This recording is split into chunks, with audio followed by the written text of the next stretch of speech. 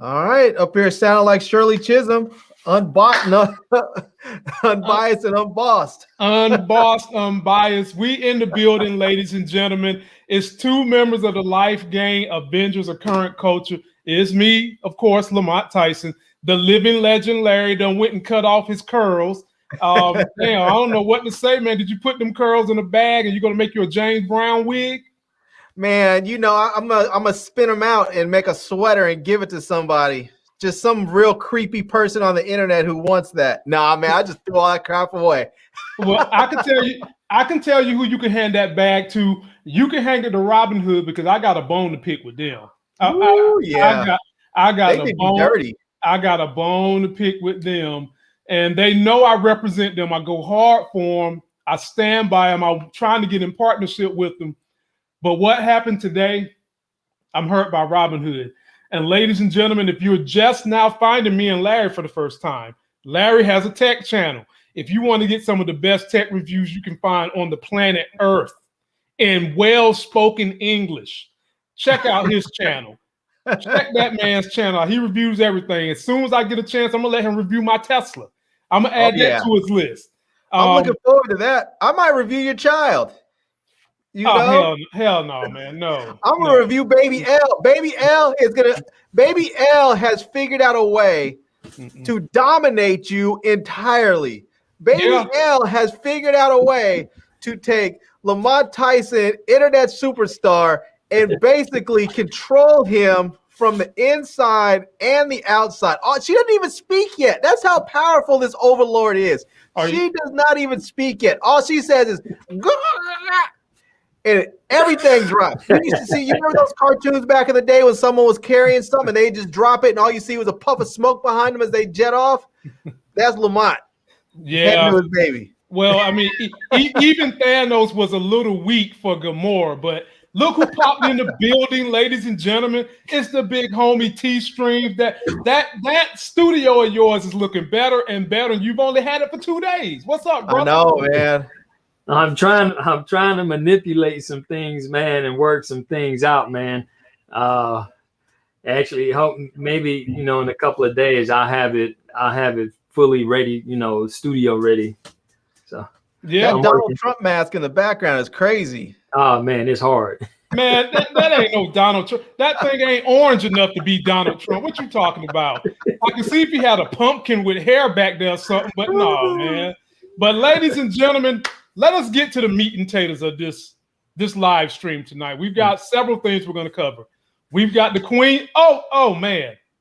Oh man. Again, you've never seen so much talent on one screen. Ladies and gentlemen, it's the homie B. Avery. Ladies, this good-looking brother who's about 6'2", 190 pounds, hard as a rock in a chisel store.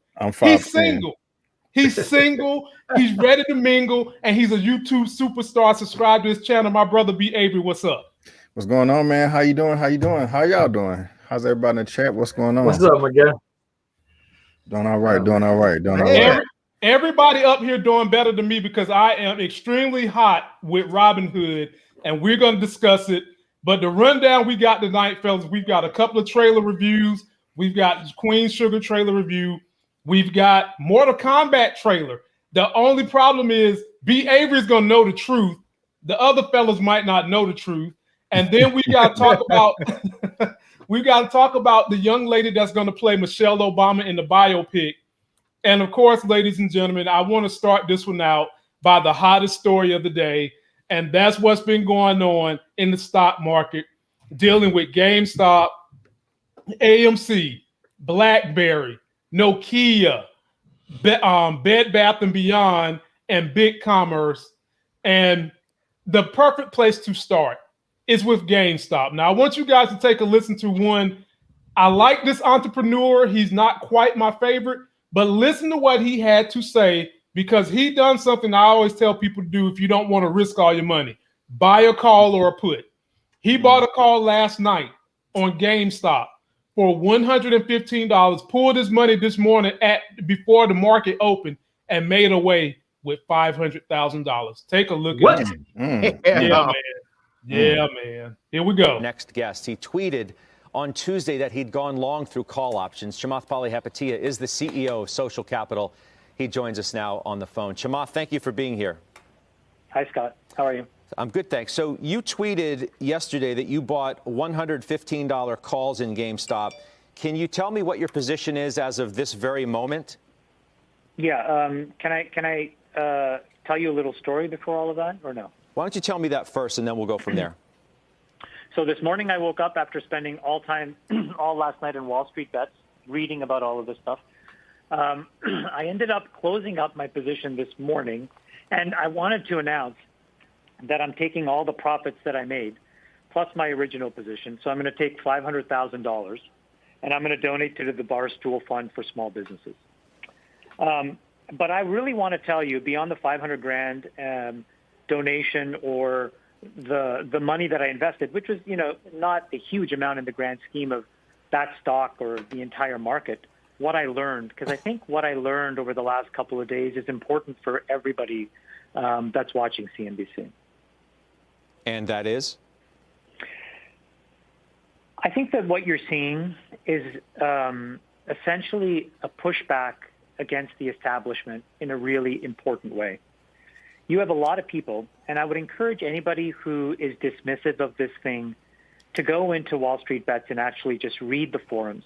And I think that you're going to see three kinds of posts.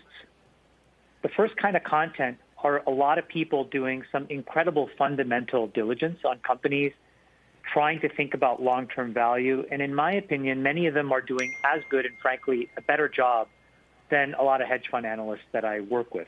That's number one. That would be me. The second are a lot of people who believe that, coming out of 2008, what happened was Wall Street took an enormous amount of risk, and they left retail as the bag holder. And a lot of these kids were in grade school and high school when that happened. They lost their homes. Their parents lost their jobs. And they've always wondered, why did those folks get bailed out for taking enormous amounts of risk and nobody helped and showed up to help my family?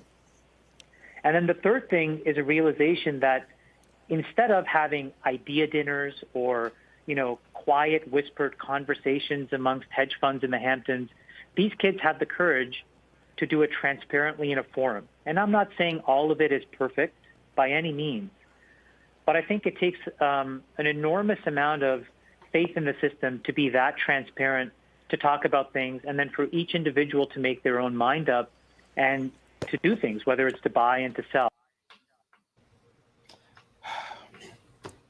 Ladies and gentlemen, if you missed my emergency live stream, Avery will be right back.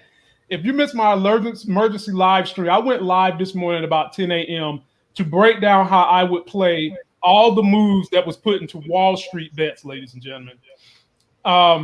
It was a chaotic morning because a lot of this movement went up overnight for people who have access to doing trades overnight.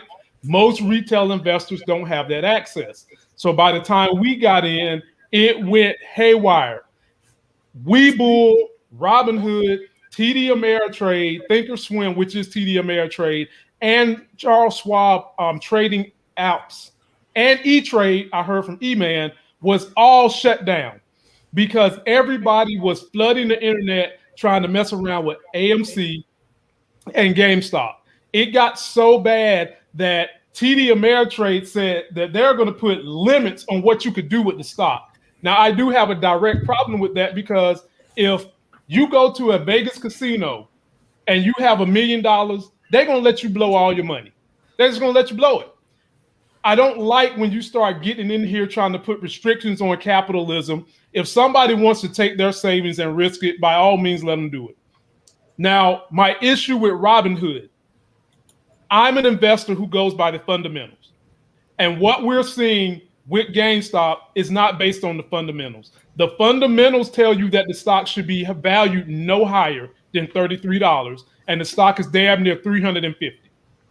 So what that tells me as an investor is there's an opportunity to bet on this stock, taking its ass back down. It went up like the Hindenburg, and it'll come crashing down on fire. That's what it tells me. So this is what I did, and I'm going to show y'all my Robinhood account. I decided to play this by simply going into Robinhood and buying a put. A put, ladies and gentlemen, is when you believe a stock is going to go down. And I do. And I bought that put, and I'm going to go in here to my messages because y'all ain't going to believe this shit. I mean, I'm still in disarray. My feelings is so hurt right now. So I couldn't get on my computer, and nobody else could, so I had to make my trade via the telephone app. And so if you look at this, January 27, 9:52 a.m., we received your order to buy one open contract of GameStop at $280, and your put for April the 16th at $30. So I had to pay $3,000 to get that. And my strike price was $280. To show you guys what that parallel means, basically I paid $3,000 to bet on GameStop that is going to come down on or before April 16th. Now, at any point in time, if I made enough profit before then, I can pull all my money out. But here's the problem, ladies and gentlemen, and this is why I'm upset with Robinhood. They let me place my order. And remember, I done that order for April the 16th, and it would have costed me this morning, and let me just go ahead and get it queued up for you. It would have cost me this morning $3,000, okay? Now let me show you the new strike price. Do you see that 180? Right now, at the same smart decision I made this morning, because I knew that the value of this thing was gonna get pumped and come back down, to do that same option, ladies and gentlemen, that they did not let me do, it'll cost you $18,000. And the new break-even price is $99. If they would have let my damn order go through this morning, my break-even price would have been $250, and every time it drops $10 from $250, I would have been looking at about $120. And I think that this thing is going to come back down way under 100. So you do the math on that. And so at this price, ladies and gentlemen, it's not worth it for me to put up $18,000 to have to sit here and wait for this thing to get back down to $99. That was a guardrail they put in place to protect themselves, and a lot of people done it. But my issue is I got my trade in before you put this guardrail up, and you did what some girls like to do when they go to the club, wear a fuck me, screw me dress. And I'm very upset. I don't know what to say to Robinhood, even though I'm still trying to partner with them. I rocks with them. But if you are going to be someone who's going to play this thing in the stock market, ladies and gentlemen, be smart about this. Only buy a put on GameStop. As you just seen in my account, it is already back down to $286 when it met a high today of $370. This thing is not going to stay that high. It's coming back down. And if you want to take a small risk on AMC or Nokia, the other two that Wall Street Bets is talking about, then by all means, don't invest in it. Buy a call. And when you buy a call, that means that the amount of money you can lose is limited. So if you buy a call, you spend $250, that's the most you can lose. You won't be worrying about putting all your money in there. It drops the stock price, and then you got to wait for the stock to go back up.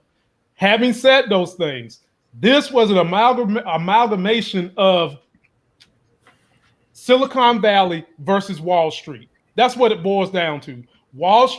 Silicon Valley claimed they're representing the retail investor, and pretty much, we're trying to fight Wall Street and the hedge funds.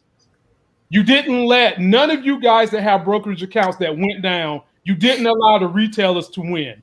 Having said that, Larry, I'm going to give it to you. What are your thoughts on this whole GameStop fiasco? Honestly, I think that them putting the various brokerages and the exchanges putting up these guardrails for the retail investors, but not for the institutional investors, I think it's going to come back and bite them in the ass. Okay. And some very, very big ways. I think one, if this happens a number of times, because I think what we're seeing is with this Wall Street Bets and stuff, we're seeing a lot of basically they're activist investors. In the past, when we think of activist investors, we think of people who have millions or billions of dollars, and they go and they buy themselves a board seat, or they buy themselves a controlling share of a company, and then they change the direction of that company, or they buy a couple of board seats and they change the direction of the company that way.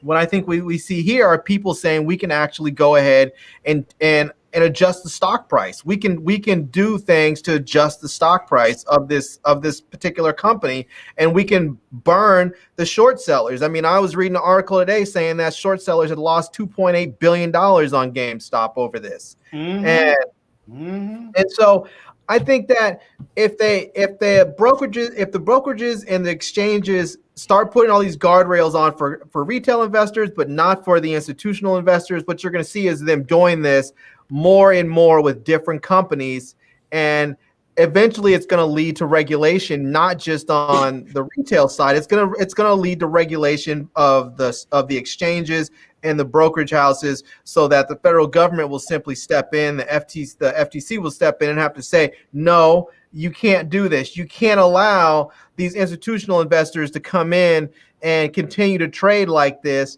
or to come in the after hours or pre-market hours and make all these trades.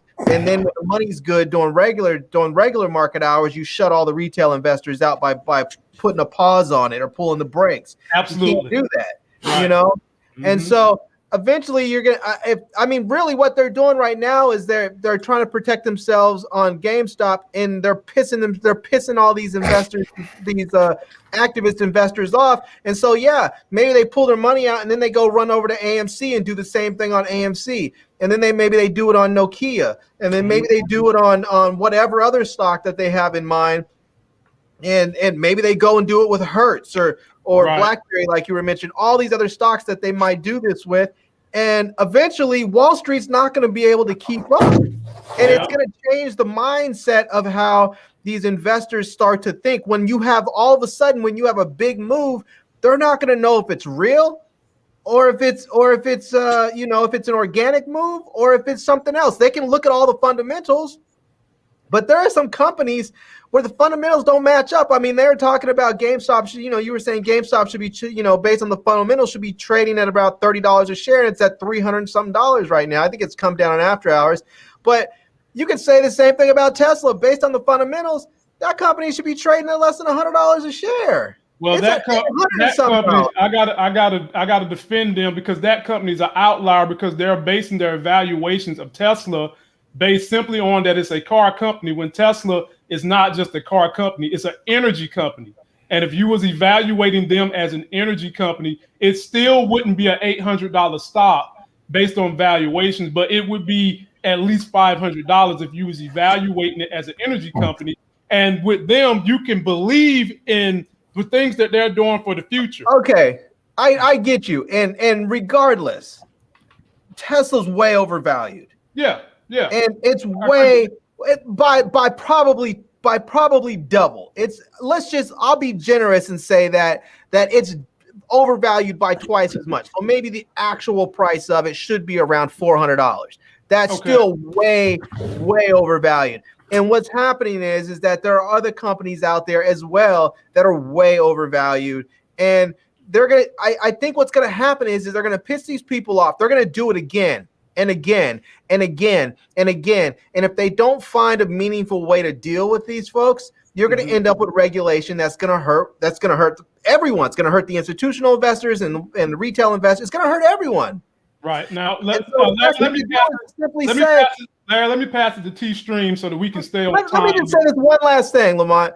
Wall Street is a giant ass casino. You can hedge. You can use the information you have to place a more informed bet, but it's still a bet, and you cannot simply go into a casino and say, "Oh no, he lost, so we're changing the rules of the game so that he can't lose enough. He can't lose everything. He can only lose a little bit of his money, not all of it, where other people can lose all their shit." And that's what's gonna end up screwing over Wall Street and the institutional investors, because they're going to protect themselves on these particular companies, and they're going to end up with regulation that's going to affect them across the board.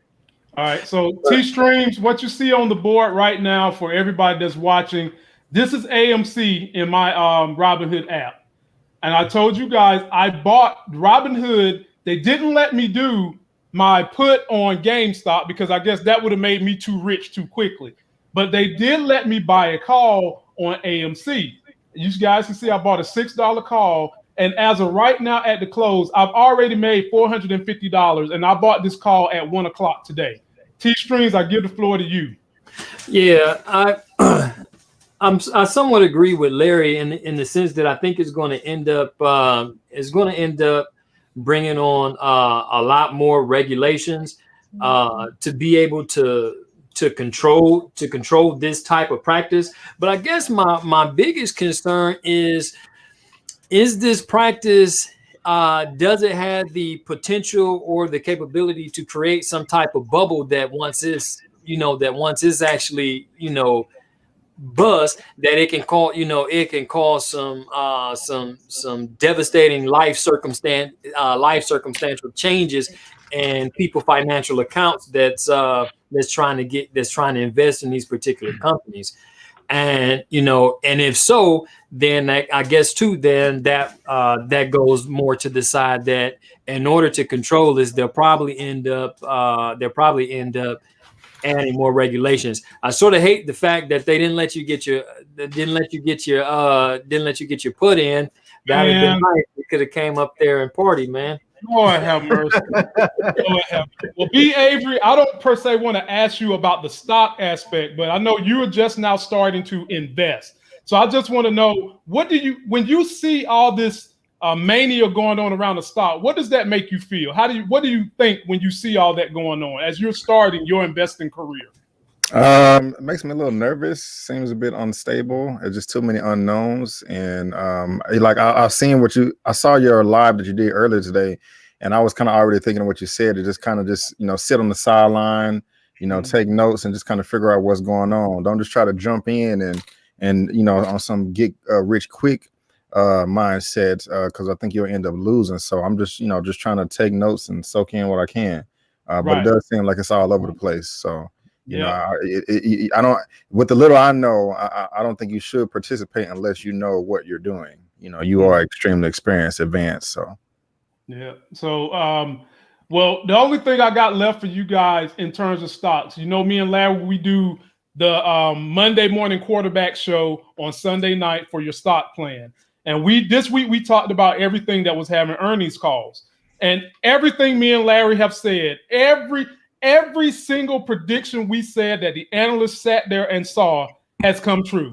Tesla far exceeded their fourth quarter. But here's the weird thing, and I said this to Larry on Sunday. I don't bet on earnings because I've seen way too many times that when companies exceed earnings, they wind up dropping. They wind up dropping. And that's what we have seen. Different. But see, Tesla exceeded their fourth quarter, but then they still fell short of expectations. What expectation? Of earnings. Their earnings expectations, they still fell short. Oh, no, they didn't. And I got the video right here. Dude, should I play the video or can we go on to the the latest numbers here show. Play it, because I thought I had it. Maybe I have it wrong, but I thought it showed that Tesla had exceeded their fourth quarter earnings, but their expectations, I thought it was like, I forgot what it was, but I thought they fell short. This is only a minute, ladies and gentlemen. Then we'll get to the movie and TV show review. Well, the latest numbers here show that in Q4 of 2020, Tesla made $270 million in profit. That is an increase of 157% from the previous year.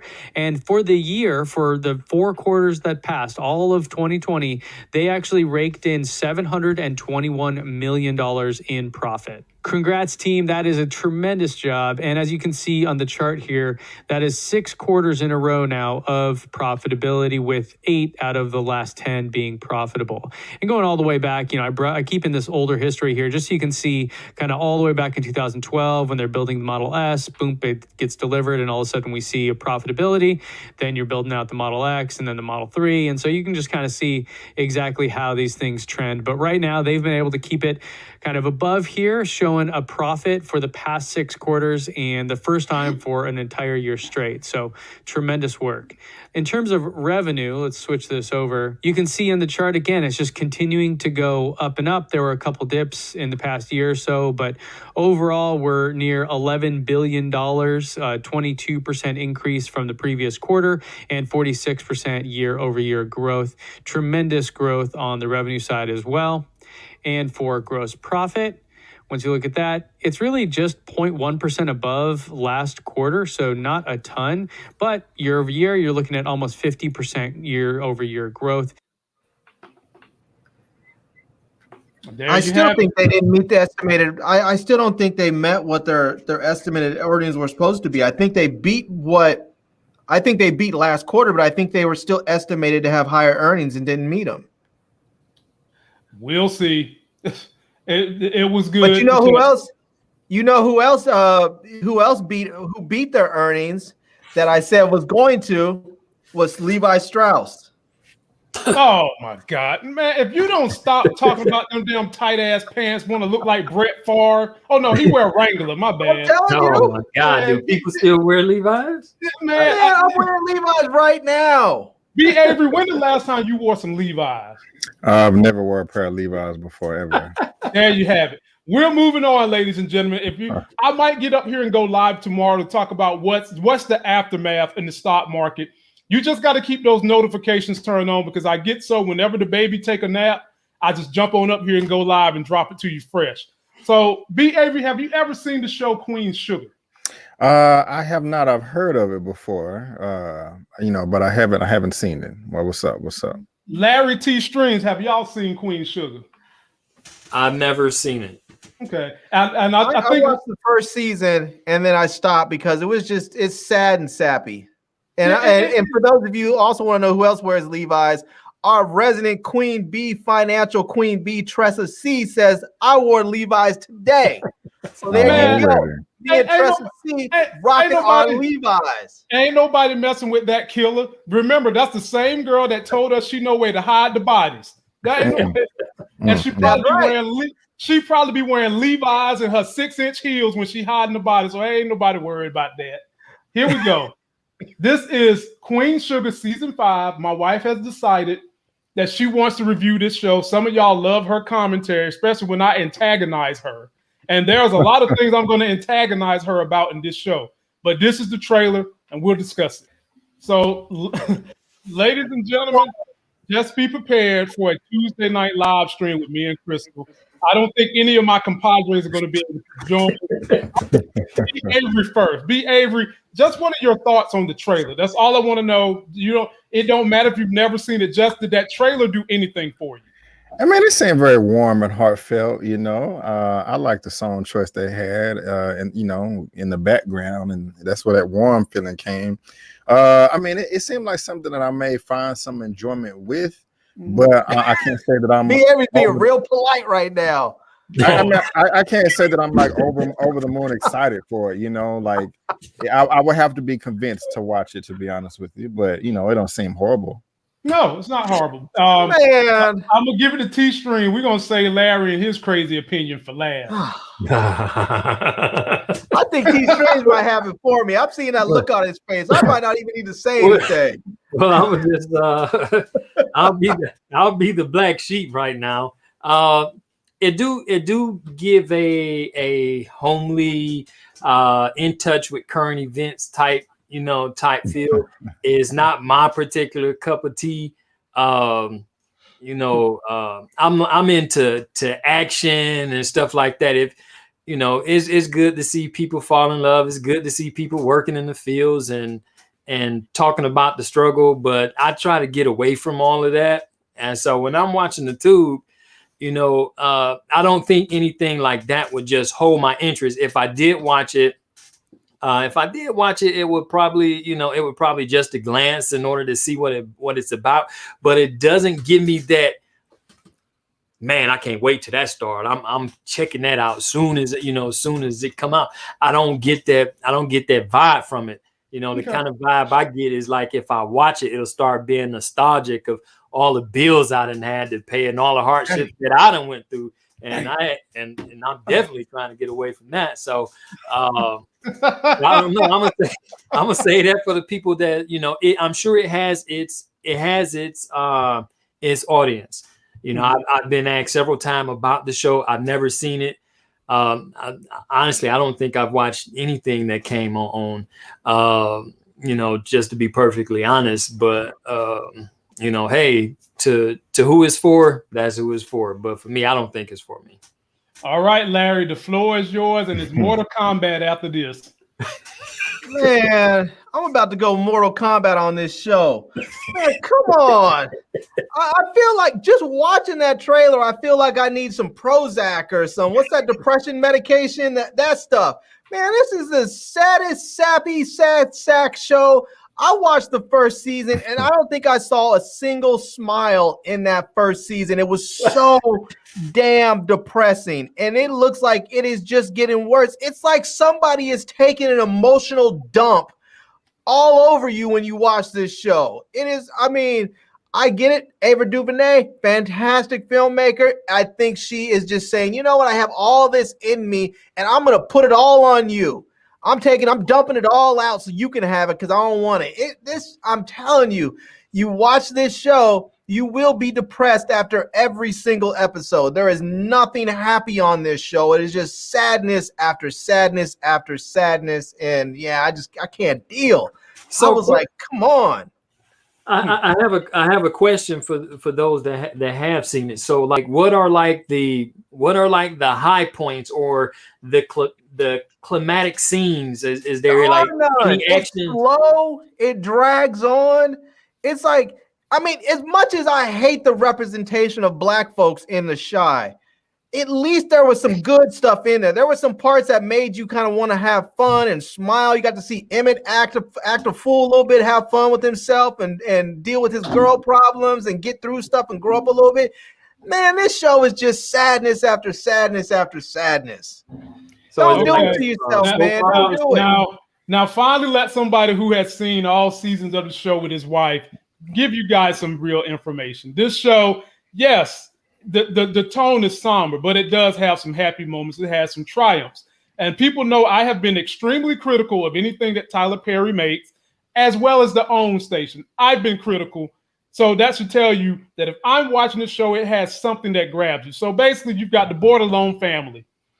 Their family had a sugar mill passed down to them that was taken from them from the evil Anglo-Saxons in the South, because the show takes place in the South, around the New Orleans area. It takes place down in that type, Mississippi, that type of area. And you have a sister, one of the Bordelons, married an NBA basketball player that wound up cheating on her, got somebody pregnant. Boom. So the sister comes home with all her business knowledge to get this sugar mill started back for the family. So you get to see a sister basically starting on her own with her son, struggling to get this sugar mill up and running, and she does triumph. And now she just went from mayor of the city in this coming season. She's going to be the mayor, and her brother Bordelon used to be in jail. He gets out. He struggled with nobody give him an opportunity. He had anger issues. He got that fixed. He wasn't exactly a good dad. He got that fixed. His baby mama was strung out on drugs. He helped resurrect her. Then you got the aunt who is dating a dude who's 20 years younger than him, who has helped her see the light of joy, that being old is not a death sentence. So the show has a lot of depth. It may seem somber, is what I'll say. But if you come watch my review, you can believe that just by watching me give a review, you're going to get your dose of adrenaline, baby. I'm going to keep the wife going nuts. I'm going to pick on everything, and it's going to make you want to watch the show. Simple as that, T-Streams. Simple as that. But now it's finally time to give something to B. Avery, because this is why I invited B. Avery up here. I invited B. Avery specific for this subject. Ladies and gentlemen, we got some more information on Mortal Kombat. Now, I know B. Avery, golly, I didn't think he was going to come. Damn it, I'm not prepared. I didn't think he was going to come, but I'm going to do it anyway so that B. Avery can pick on me. But here we go, Mortal Kombat, ladies and gentlemen. Once a generation, there is a tournament I can send you there. We have prepared for this moment for a long time. Then it is time. Yes. Now, we must hurry. The others will be gathering. Your reputation precedes you, Hanzo Hisashi.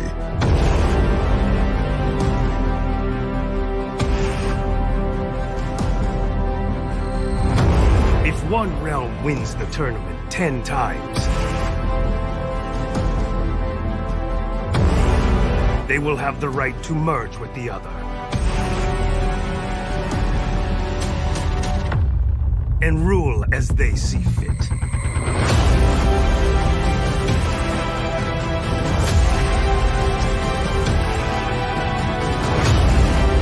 Gather our forces. It's time to end this game. Once and for all.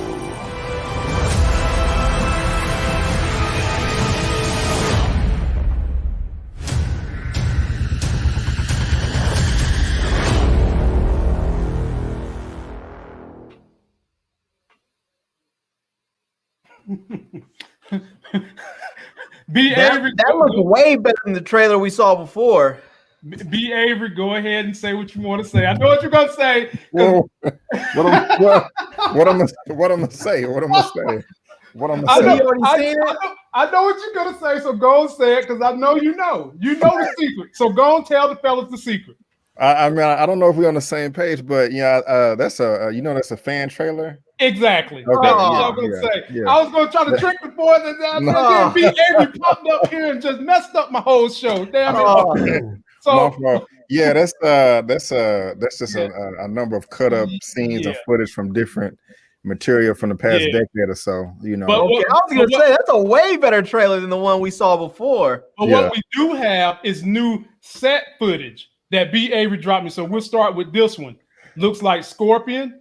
Then we'll bounce to this one, and we'll bounce to this one, and we'll bounce to this one. That's got to be Raiden. Damn it, that's got to be. No. That's Scorpion right there. Yeah, that's Scorpion. That's Scorpion. Yeah. And then we get to this.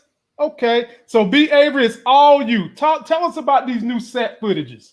Man, so yeah, they dropped this morning on the Warner Brothers YouTube channel. This was part of their same day streaming for theaters and HBO Max at the same time. And these shots that we're seeing is basically just little new snippets of Mortal Kombat. This looks like I believe this is Sub-Zero right here, looking badass with his ninja Lin Kuei suit on. I think it's the Lin Kuei is his ninja clan. But it looks like he is controlling the elements, like he is bringing the rain off the ground or moisture out of the air. Yeah, man. Who the hell think he is? He think he's Storm? What the fuck? Yeah. And so it looked like he's finna mess somebody up, and I can't freaking wait. Yeah, man. I can't wait. Now talk to us right here about, you said this Scorpion. Yeah, this is Scorpion, Hanzo Hisashi. He's played by that actor Hiroyuki Sanada, who was in The Last Samurai with Tom Cruise, I believe, in like 2003. He was also in The Wolverine that came out in 2017 when he was in Japan. But this is Scorpion right here. And when on my show a couple of weeks ago, when Entertainment Weekly dropped those images, they had like a brief synopsis for each character, and they were saying that the opening of the movie is going to be a 10-minute fight sequence showing Scorpion that we're looking at right here, and also Baihan, Sub-Zero, and how their beef was escalated, and a lot of people die. And so I think this scene right here is where Scorpion probably loses his whole family, at the hands of Sub-Zero and his ninja clan, the Lin Kuei. And so you can see the blood on the sword. What? Yeah, that's what I'm leaning at so far. And so B. Avery, that's very close to that animated cartoon, which is one of the best movies of the year last year. Right. Yes, sir. Okay, so B. Avery, talk to us about this right here. What is this? Now this looks like going from left to right. It looks like we have Kano, Liu Kang, Sonya Blade, and then I thought that was Johnny Cage, but I think it's that dude Cole Haan or Cole Young, the new kid. Yeah, the new kid. The that we talked about, the MMA fighter who's down on his luck or something like that. I forgot what he said. I think he gonna die. I think the only purpose for his character is so we can see somebody perform a badass fatality on him. You know? That'd be hot. You know, because they don't want to do I'm imagining they may not want to do a fatality on the main character because then he's not going to be able to show up no more. So I think he's just cannon fodder, and I can't wait for it. I can't wait. All right, T-Streams, giving it to you, my brother. You knew everything. You sound like you is geek for this one. Yeah, I am, man. And because I didn't see the trailer, but while it was playing, I'm like, damn, that sounds like the guy that's talking sounds like the exact same guy that did the voiceover for Raiden from the video game. And so the wheels in my head is turning. I'm like, oh man, what is they getting ready to do? Just to have my bubble pop that it was a fan made. But you know, needless to say, man, they put so many of those fan made trailers and films and stuff out, hoping that their ideas spark some interest from somebody someplace, because little do some people know, the Nether Realm actually has a canon of its own. And so Really? so the backstories, like the backstories of Sonya Blade, Jax, the backstories like Sub-Zero and Scorpion, those feuds will probably never change as they go on from story to story. And those of you that actually played the storylines to either the game see that those same storylines and feuds go all the way back to Mortal Kombat 1. And so is in that accent, is good to see that they actually taking elements from the history of the game and bringing it to the film. My only hope is that they go ahead and continue to drop the bread that's needed to make it a true class film. Because you can go on YouTube or something like that and watch the cutscenes from from MK11 as an animated series, and it will blow your mind. And so if you want to play me on some MK11 Business Gamer 336, I still know how to play that. Ass whipping. Get over here. Yeah. Larry, what you think, brother? How it look to you? How those feature photos look? Yeah, they look cool, man. I'm pretty excited for this one. I'm looking forward to it. I feel like March and April are going to be real busy as far as watching movies. It looks like there's going to be a lot of really good stuff coming down the pike quickly. So yeah, I'm looking forward to this. It should be a lot of fun. I feel like I want to go play the game now and just go and go through the cutscenes just so I can see it all. You know? Or you just find it on YouTube. But it's more fun. No, I have the game. I'm going to play the game. Normally, I don't really go play it all the way through so much because normally when I played, I'd play it online with my brother or somebody. So I kind of want to play through the story mode now. Yeah, man. And just enjoy it. It can be stress relief. I'm still trying to find somebody that want to get out on some Mortal Kombat versus DC so I can pull out my Flash, you know what I'm saying? What console? What console? You pick it, PS3 or PS4. You pick it. Okay. You pick it. Because if you let me get that one hit, you're never going to get another hit. Because you're never going to touch the ground again. It's going to be uppercut behind your head, uppercut in the front. I'm going to punch you up. I'm going to spin you around the way my Flash does. Then I'm going to hit you to the ground, hit you back up. You ain't going to get no hit. I can tell you how it's going to go right now. That's how it's going to go down. But ladies and gentlemen, I'm excited for it. And Muchella had a great idea, fellas. Muchella said that I think NetStreams and some of these other apps have it where you can do a watch party.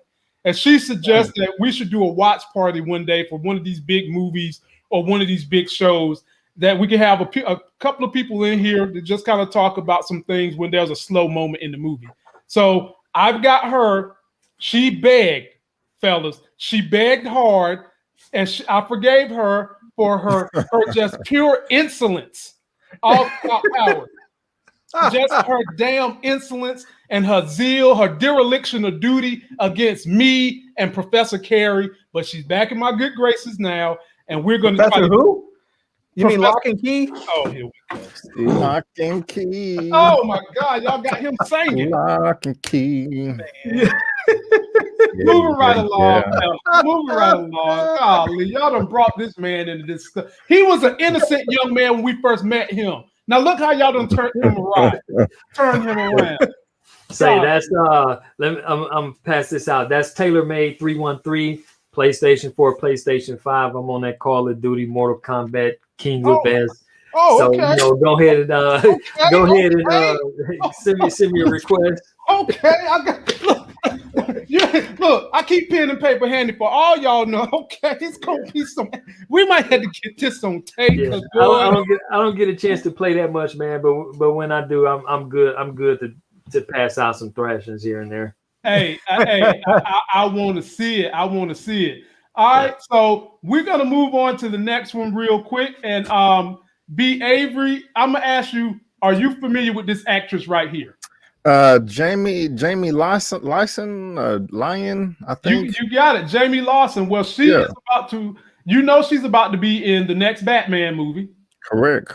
But she is also about to portray Michelle Obama in First Lady. Really? Here we go. According to this exclusive Variety report, the First Lady, the series begins with Obama as a young woman in Chicago and follows her as a Harvard undergraduate and Princeton law student, eventually marrying Barack Obama in 1992. Wait. What? I had to stop. They have this wrong. Where'd you get this from? Variety?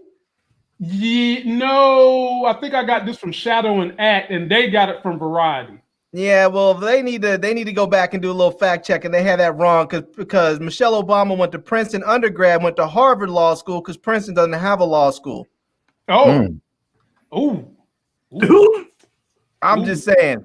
I married a Princeton grad, and she was there at the same time Michelle was. So she went to Princeton. She went to Princeton for undergrad and Harvard for law. Ooh, oh God, well, that's not good. But I mean, this is why I put the captions on the screen so that y'all won't be trying to come for my neck if it's a mistake. Also announced so far is Michelle Pfeiffer, who is a decent actress. I like her. She's old school. Will star as Betty Ford. Christine Forsythe will play the younger Ford. The project is written by Aaron Cooley with Davis and Julius Tennant's Juve Productions. Okay, Larry, since you done found the first error, how do you feel about Jayme Lawson being young Miss Obama? That could be cool. I don't see any problem with it.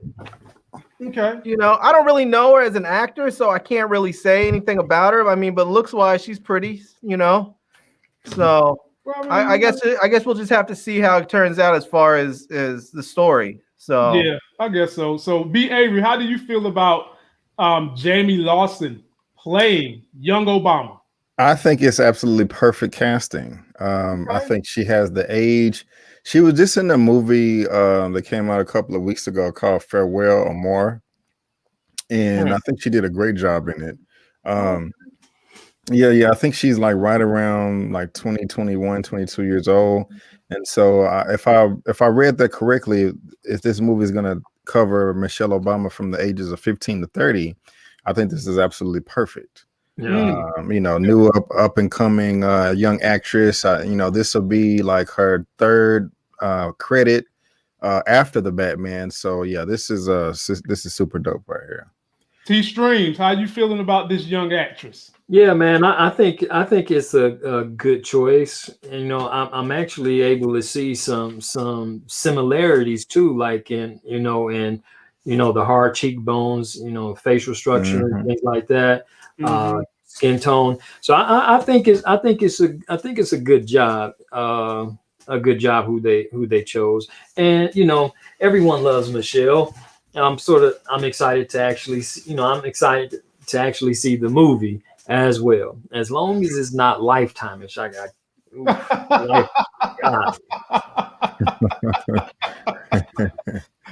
Okay, we all in agreement. I think as long as she can hold her own, the story is fine. She's going to make a fantastic Michelle Obama. I like You the know who real else life would look good in portrayal. that role? Who Is else? what's her name? I just looked her up. China Ann McClain, I believe it is the younger sister in Black Lightning.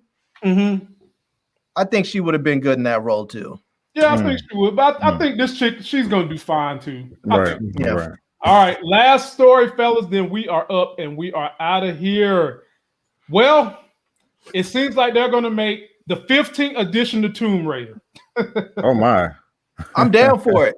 I hope What, they the do movie or the full game? time. I love me some Tomb Raider. The movie, not the Okay. game.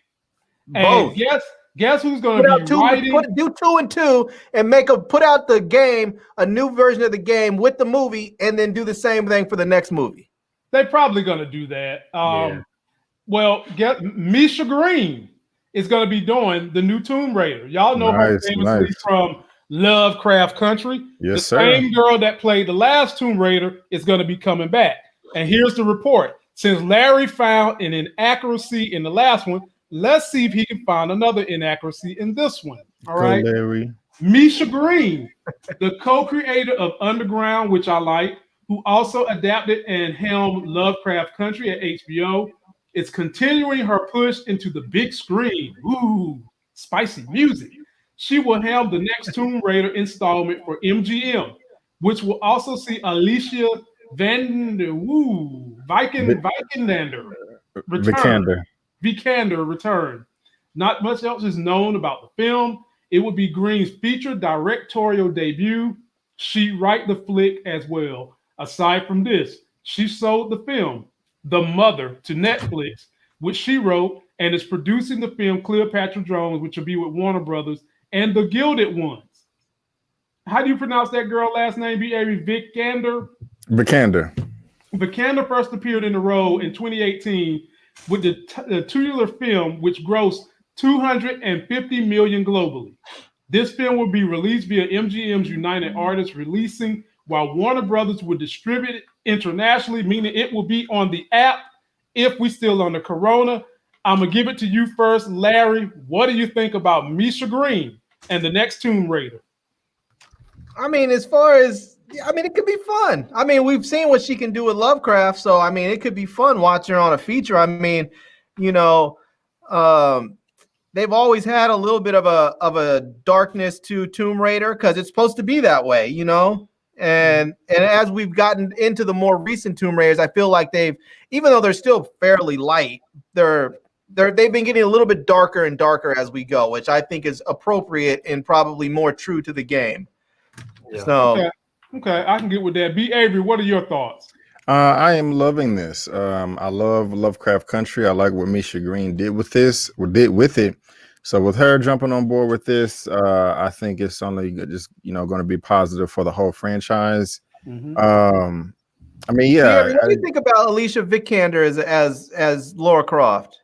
I mean, she's fine. What is her name? Angelina Jolie had a better look, in my opinion, and just kind of swag and attitude. But Vikander, the movie was just okay. Right. Vikander is palatable, but the movie was better, in my opinion. It wasn't just amazing, but I remember having a good time. And it was a different take than Jolie. So, I mean, I'm not upset about it. It's cool. I can live with it. All right. T-Strings, ball in your court, my brother. Misha Green. Hey, let's do it. Let's shoot for it. It says she's gonna even write the script as well. Mm-hmm. Well, that leads for something interesting. But looking at her credits, she's pretty talented. So you can't take anything. You can't take anything from that. I've always made it a habit to check out all the Tomb Raiders just because I'm a fan of the franchise, and so likewise with this, once it's released, I'll be definitely upfront and personal with it. Check it out. Hopefully everything lives up to the hype. Okay, I hope so too, man. I'm gonna check it out too. I used to like to play the video game, but more importantly, Tomb Raider makes me think about Uncharted. Now, damn it, I need Mr. Spider-Man to play his ass off as Nathan Drake. Uncharted is one of my top 5 favorite video games of all time. I've never played that. That's only on the PS system, right? That's right. The best system, the grown man system, is the PlayStation. I think I agree with you, Lamont.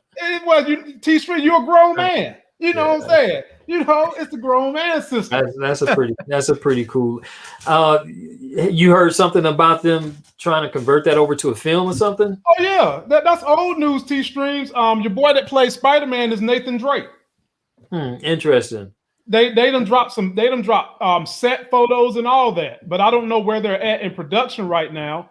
And we're supposed to be getting a God, what's that other third-person shooting game? Last of Us. We're supposed to be getting that movie too. The video game Last of Us, which that's another love. PS exclusive, right? Yep, and it's fantastic. Then they were supposed to be Avery. I don't know if you remember this game. It was another PS3 exclusive, Dead Space. They had like 3 games, and it was scary as hell too. Yeah, I don't think I remember that one. You never played Dead Space? I think Dead Space is on both platforms. Is it really? I think so, yeah. B. Avery, private message me your address. I will ship it to you so you can get a couple. I got all 3 of them. And I can warn you right now, do not turn off the lights. And they look, and they also, if you go check Netflix, they've got 3 cartoons to go with the video game Dead Space. Really? And they all are great. And it's scary. Support Gaming 2020 says, I'd rather get a Jack and Daxter movie. You know what? That would not be a bad idea. Because Jack and Daxter was fun, man. That's a play. I don't know if you played it. It's a platformer, but it's a fun game. Yeah, I played it. It was fun. I thought they had a cartoon though. They might. I don't know. Yeah. But okay, here we go. I want to see them come out with a really good Call of Duty, movie. I know they've made some shorts that they've done, like some 15-20 minute shorts when they have new games coming out. But I want to see them do like a full feature Call of Duty movie. Yeah, that would be dope. That'd be dope. Like, like the one Call of Duty Ghost, the one that starts off with them in San Diego when it gets attacked by terrorists or something. That one would that could be amazing as a way to start that film off. I could see that. I could definitely see that. So we'll see. But my folk Buzz wants to know, how do I feel about the Stash app? I think it's Buzz. I honestly think that one is pretty decent for an investor who just wants to, in essence, stash money. If you're not planning on trading options, you're just going to be doing all your work throughout the day, and it's just for the pure instance of investing. It's fine. It's a good platform. But if you're going to be doing more robust things, trading, iron condors, call options, it's not good for that. So if you've got like a younger person you're trying to teach how to invest, it is definitely good for that. So fellas, I want you guys to tell everybody what you're doing on your channels the rest of this week, and then we'll get out of here. And we'll start with my man down there, B. Avery. What you got going on your channel from now through the weekend? I am literally working on The Little Things review with Denzel Washington, Jared Leto, and Rami Malek. I was doing that right before I jumped on, and I'm going to finish it when I get off. What day did that come out? It comes out on Friday. Nice. On HBO Max, so you don't have to go to the theater. Also, I just got more movie reviews to do. I don't want to just announce it because I haven't recorded it yet, so that's kind of like a rule I got. But I'll just also be preparing for my little movie show that I'm going to be having on Sunday. I am cutting the time down a lot too on those. I'm not going to be having no 2.5-hour shows. That's just a bit too long. I don't even want to do that myself. Maybe an hour and a half at the most. But yeah, that's what I'm working on right now. T-Streams, what you got going on in your channel, my brother? Well, I did a very fun Bernie Sanders video that I'll be dropping shortly after we're done here. And I also did a review on the movie Skin, which I'll probably drop once I edit, maybe tomorrow or the day after. It's just called Skin? The movie review on Skin? Yeah, that's just the movie's just called Skin? Yeah. Wait a minute. Is that on Netflix? Yeah. Is that nasty movie? Yeah. Oh, Wait a minute. I have to God. look this one up. It's on Netflix, huh? Lord. What in the world, man? You can't pay me to watch that. You cannot pay me. Did you watch it, B. Avery? No, oh, hell no. Have you seen the synopsis? Have you read what it's about? No, I don't know. Somebody I don't tell me, even. please. Do you want, man? I don't even know if you want me to Man, read tell it, me. man. Tell me. I can give some very small glimpses. Okay, please. So here, the story is truly this. The perspective I take from it is that it's truly a story about dealing with people with differences. All right. Mm-hmm. Now, the only thing is that the people with differences are very, very extreme in this particular movie. Man, I'm gonna cut to the chase, man. For example, one lady has a booty for a mouth. All right. Yes. What? She got a booty hole for a mouth and a mouth for a booty hole. Her mouth. Her mouth is actually. Her mouth is an anus. Is this a cartoon? Is this a cartoon? No, her anus is a mouth. Wait, and the makeup artist was so great, dude. I mean, it really looks like. Larry, is you listening to this, Larry? He just said that she shit out of her mouth and she eating her butt crack. Did you hear that? That's what he said. That gives a whole new meaning to licking your lips. It gives a whole new meaning to brown nosing too. That gives a whole new meaning to pucker face. Oh my God. That's horrible. That's horrible. Did somebody make you watch that, man? Nasty. Y'all gross. It's out, man. All right. Y'all nasty. The review is entitled "The Worst Movie You'll Ever See." Oh my God! Right. Now there's dude. Toss my salad. Man, I could not watch this movie. I could not watch this movie. Oh my God! Man, look, my stomach was so curled from laughing throughout the whole movie. All right, so it's not a secret. I have a really weird sense of humor, and man, I was watching this. I was laughing so hard, man. It was in one particular scene. Oh Lord, I'm out. There were some muggers that was actually trying to rape the lady, right? Because she had the booty on her mouth. So there were two guys. So one guy decides to grab her mouth, and they push her on the ground, being rough with her, and they pull her pants down. Dude, she had lips on her ass with lipstick. Oh.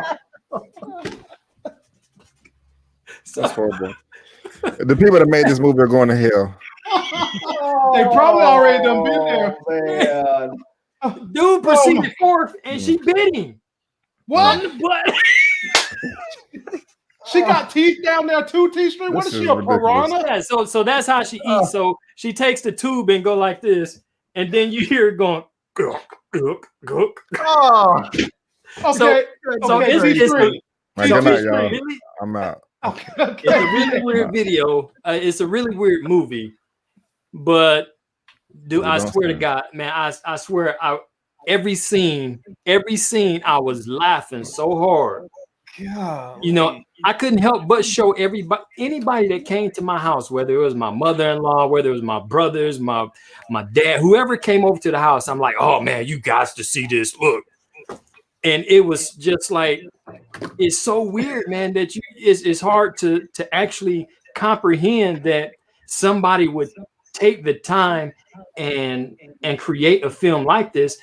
And dude, I was like, I saw past the oddities of it, and actually was really intrigued on more so of how and why would somebody create a movie like this. But it is a real movie, and she's not the only one with the differences. There are several others with differences that will just strictly blow your mind.